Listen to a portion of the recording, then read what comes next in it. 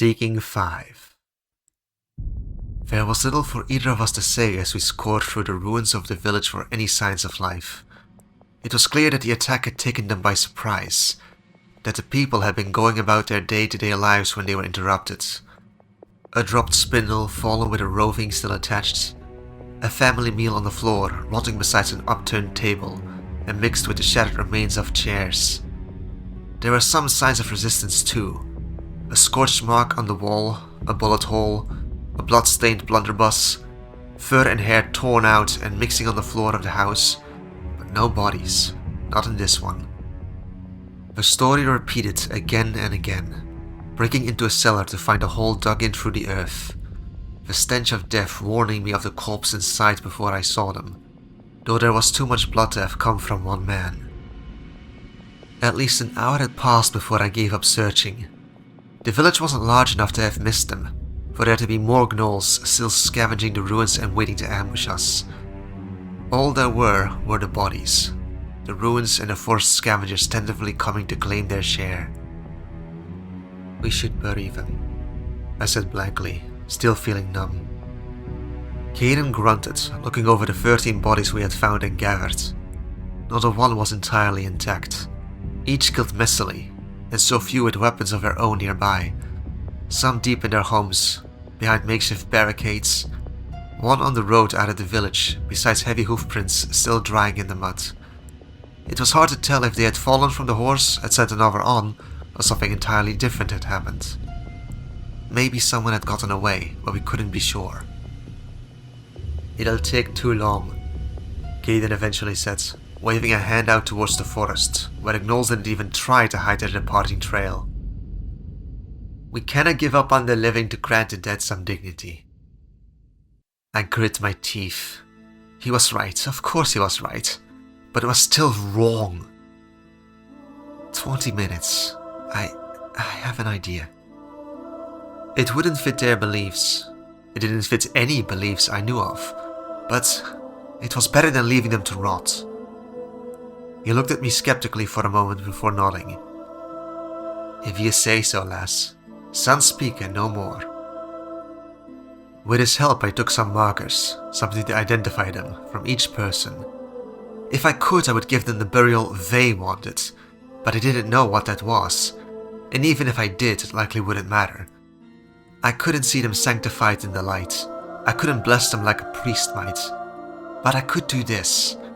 I could see they were given peace, were able to pass on, and maybe I could deny the coming storm of death the chance to use their souls, their bodies as fodder. Maybe I could protect them from that crime against nature. As much as I was determined to do this, I still thought of saving time. Maybe I would get things wrong, burying each household together, but their friends and family needed us more, so they would have to settle. The first 3, a man, a woman, and a child, I had been the one to find them, the father having tried to defend his wife and daughter in his home. Killed. But there was enough gnoll blood he may have taken one of the raiders with him. It was in the village green I would bury them, and where their grave tree would grow. I drove my hand into the soil, entwining with the grasses and wildflowers. "Vigil, thou art keeping." The soil parted, driven aside by grasping roots that gently drew the bodies into the ground. As the earth closed above them, I pulled a pip from my pouch, cherry, and placed it above them. In rest, no longer sleeping. I forced the seed to germinate, to grow, to reach down with its roots and entwine their bodies. May thou hear the call to the eternal hall. Celestina taught me of her own traditions, how a witch would sing a song for the keeper they thought most suited to care for the departed in the beyond. I knew better. Of all the keepers, only Odin held a fragment of the Shadowlands. Only Odin shepherded the souls of the dead. Would he listen? Would he care? Likely not. What concerns had he for peasants who died to weak monsters such as gnolls? Even if they died in battle, died defending their homes, they were likely beneath him. But I could try. I could send out the call. And so I would. may thy soul be clad in white. The cherry tree grew and grew, its first flowers blooming in stark white. In his kingdom of the light. We did not worship with a light, but I knew, but many had seen, that Tyr the Silver-Handed was a warrior of light, that mighty Odin, breaker of winds, was a king clad in fire and light, and his Valkyrie were beings of light to carry the valorous to his halls, his kingdom. For all we feared the church, it wasn't of a light itself that had been our enemies. My eyes opened and I blinked away tears. I don't know your names, but... I hung up the tiny tokens on the tree, letting its branches wind around and cling to them. May thou live in peaceful rest.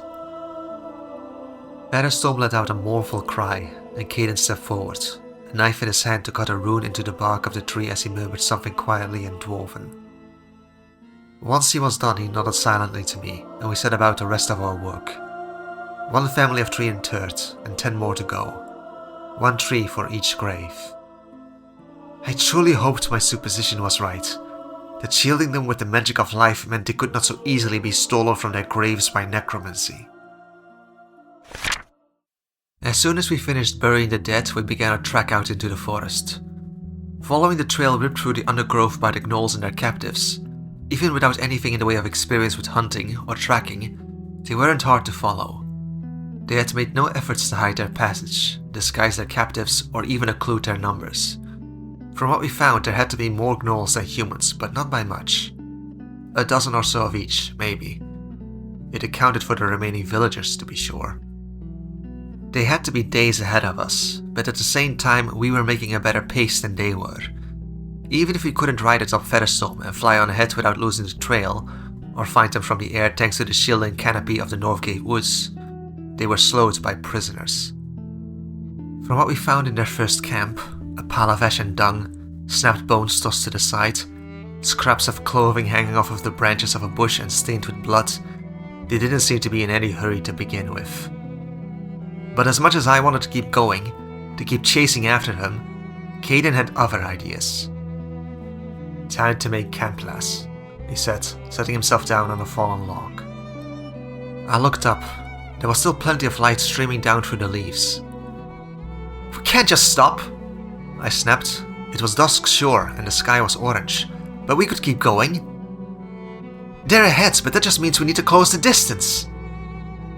And we need to make camp before it be black as pitch, he rumbled, shaking his head and not moving. No, we camp here, take a meal and get on back to it come morning. No, I yelled.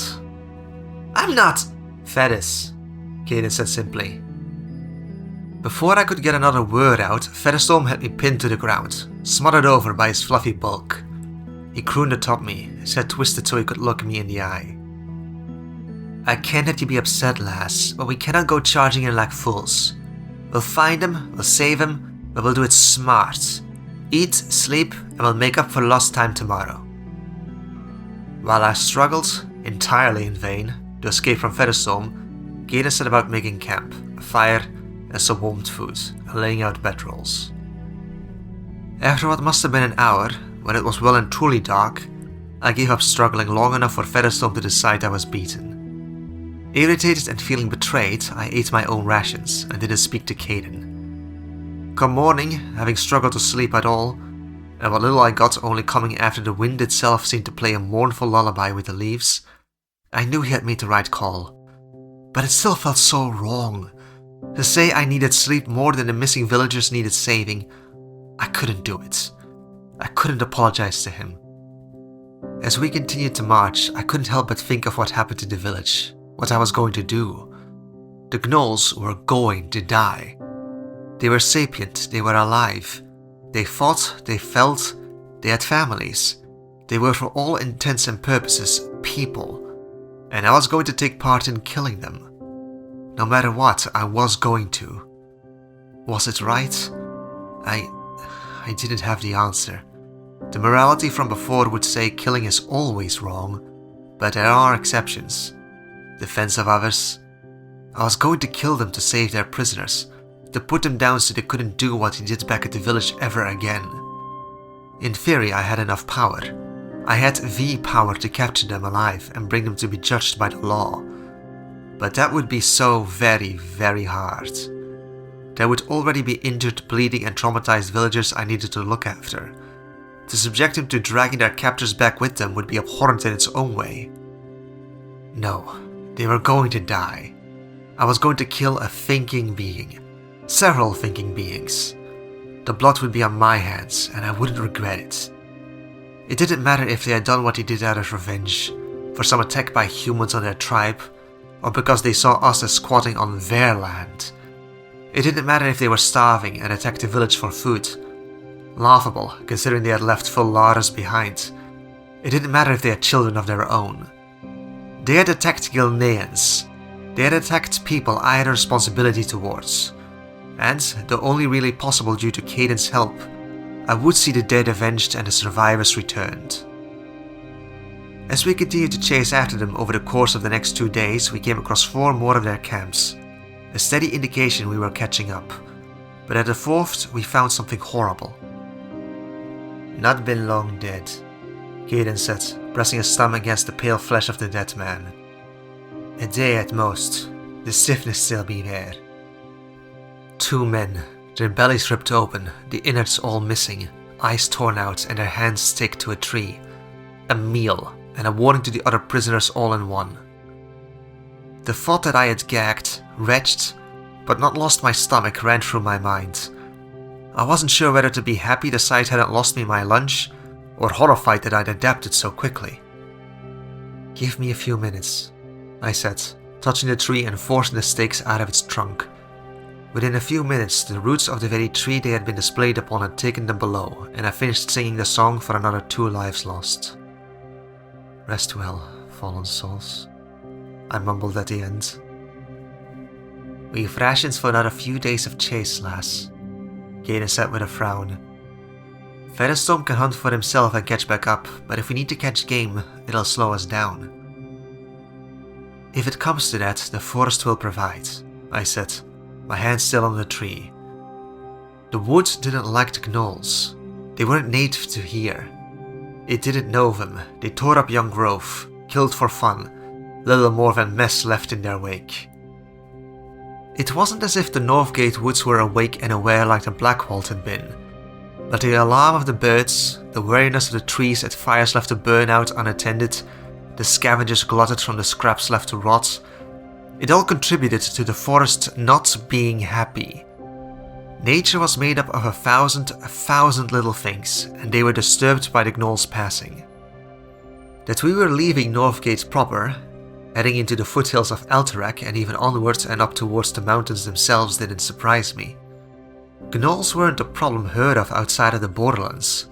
The Gilnean Peninsula proper was insulated from the humanoid monsters, save the Edens of the Duskrocks, be they gnolls or trolls. Just why had a raiding band ventured so far from home, spent days of travel to and fro and carrying people with them? I had no answer, and I doubted I would get one. It bothered me. "You done, lass?" Caden asked, and I nodded. We'd be upon them soon. Why they did it didn't matter anywhere near as much as making sure they couldn't do it again. "Stay quiet now," Caden whispered, as much to himself and Featherstone as to me.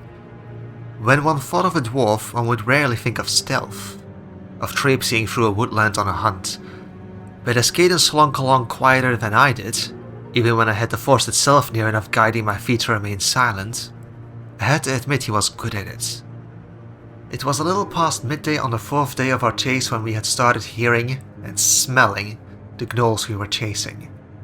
For more than an hour we had slowly crept up on them, waiting for them to stop, to make camp, a chance for us to catch them without losing the wind that favored us.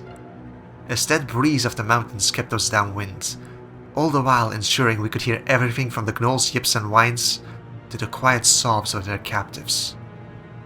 The stench too was carried to us, a close to a dozen unwashed and uncared for souls mixed in with horrid smell of somehow rotten wet dog. Another loud cry rang out, a woman shrieking in pain. I crept forwards impatiently, gritting my teeth as Caden's hand landed on my shoulder. "Hold less," he hissed.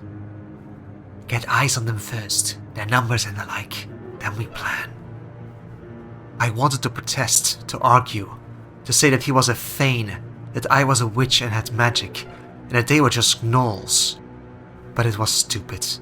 It was stupid and it was arrogant. It would get someone killed. Reluctantly, frustratedly, I nodded. "Good. I didn't want to see you end up another prisoner of the Hizax," he said, even as a loud smack of wood hitting flesh brought forth another cry of pain and a stream of sobbing. "It'd be a horror, but we wait for the right moment." His hand tightened on my shoulder as he grimaced. Caden didn't like what was happening any more than I did. I needed to remember that and not do anything stupid. "Right," I grit out. It was hard to not let myself be impatient, to not let frustration make me act. If they've stopped moving, then I need to prepare. If what I wanted to do was to work, I needed to set it up in advance, to prepare the ground with my magic. Another reason we were waiting until day stopped. "They seem to have," he whispered, glaring at the earth of the ridge that separated us from the gnolls at the moment. "Climb a tree, see what you can see. You're better suited for it than me." Nodding, I moved to scramble up a nearby oak. I could work as well from its branches as on the ground. The thick canopy kept me hidden from view, but at the same time kept me from seeing well. It took little effort to shift things, to bend branches, so that I had a narrow field to look down on them through. 9 humans, a little boy and a girl, 2 adult men and 5 women, all lashed together by a long length of rope and wearing an assortment of collars, ranging from iron shackles to simple leather cords. Each and every one was gaunt and pale, their exhaustion clear to see even from a distance. One, a young woman, lay on the ground where a gnoll was beating her with a stick. There didn't seem to be any reason for it, and now that I could see them, it became plain that the yips I could hear were nothing less than encouragement for the brutality. At my will, the limbs of the tree shifted. They weren't far enough away. The roots of the oak spread all the way out across the space they had made camp. One of them turned, sniffing at the air, and barked out loudly. I froze. "Idiot," I hissed to myself. I had nearly given it all away, started the fight without fucking thinking, because I saw a woman getting hurt. 9 gnolls, each one bigger than me, stronger than me, with thick hide and carrying a weapon. They even had sodding chain armor. That's what I needed to tell Caden, and I needed to stop looking, to stop staring, before I acted like a moronic teenager and wrecked everything. My gut churning with guilt, I slipped the canopy back in place, the gnolls still none the wiser, and slowly made my way back down the tree. Caden was waiting at the bottom, his face a grim mask of determination. Featherstone was just as stoic, something in his eyes I hadn't seen before on the griffin. Mean, bloodthirsty. It wasn't kind, and I certainly never wanted him looking at me like that. After I told him what I saw, Caden laid out the basics of a plan. He would take charge, to lead, and as he took their attention, Featherstone would flank, taking any target that proved a surprise. As for me, I was too untrained to be trusted in direct combat, so I was to remain in the rear, to use my magic as best as I could to aid him. It galled me to be put somewhere safe, but I knew it was the right choice. All I had was some basic training by a reserve militiaman from a town that hadn't seen any real fighting in centuries. I had plenty of time to prepare my contribution, back up in the tree where I could see what I was doing, while I waited for Caden to make his move. And waited. For what felt like minutes without end, I continued to wait.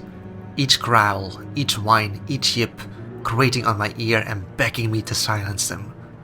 The barking laughter as I watched one gnaw on what could only be a human arm. Then there was a world-shaking boom, the sky echoing with the roll of thunder. "Ferrari pick for the Alliance!"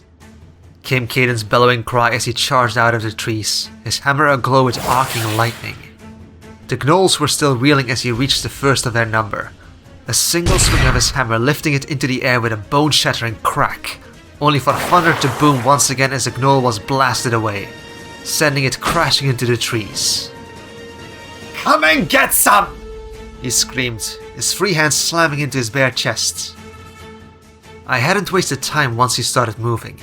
The entanglements I had prepared leaping forth to grab one, then two, and a third and a fourth gnoll. Two were further away, saw what was happening and evaded my grasp, only to be tripped anyway as I redirected my efforts. One snarled loudly, barking out something guttural and unearthly, and drew up flames from the campfire into its hands. With a snarl, it blasted away the roots that were wrapping around it, burning them to ash before it could be fully ensnared. "Shit!" I swore. They had their own magic user, though whether it was a shaman, mage or warlock I didn't know.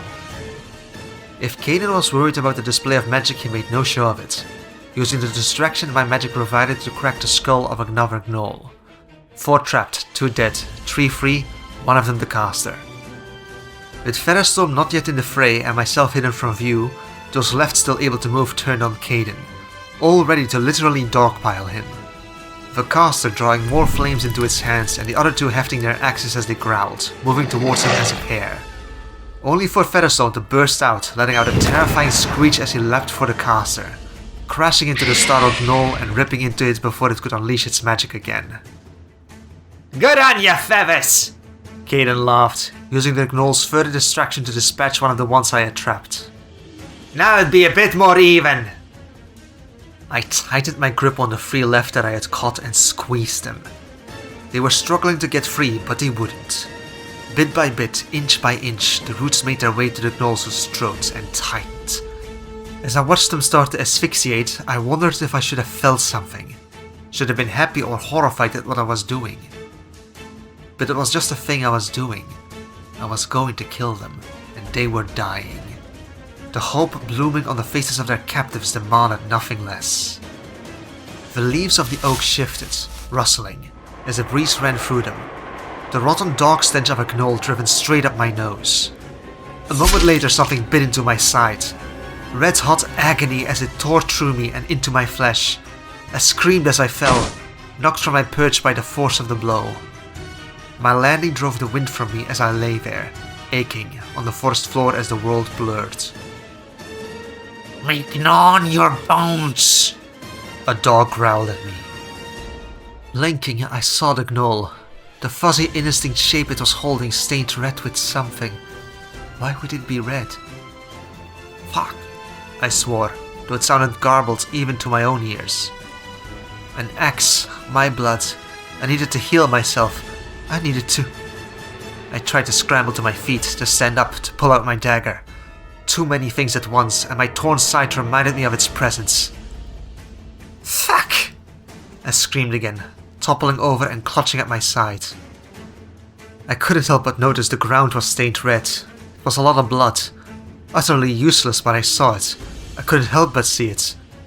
The gnoll laughed, that horrible baying cackle filling my ears as it stalked towards me.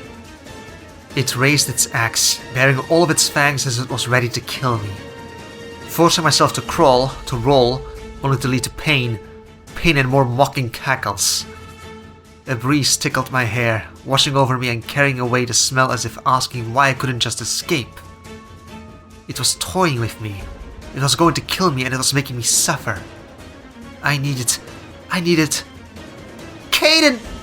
I cried out desperately. He wasn't going to get here. He was busy. There were others that needed him.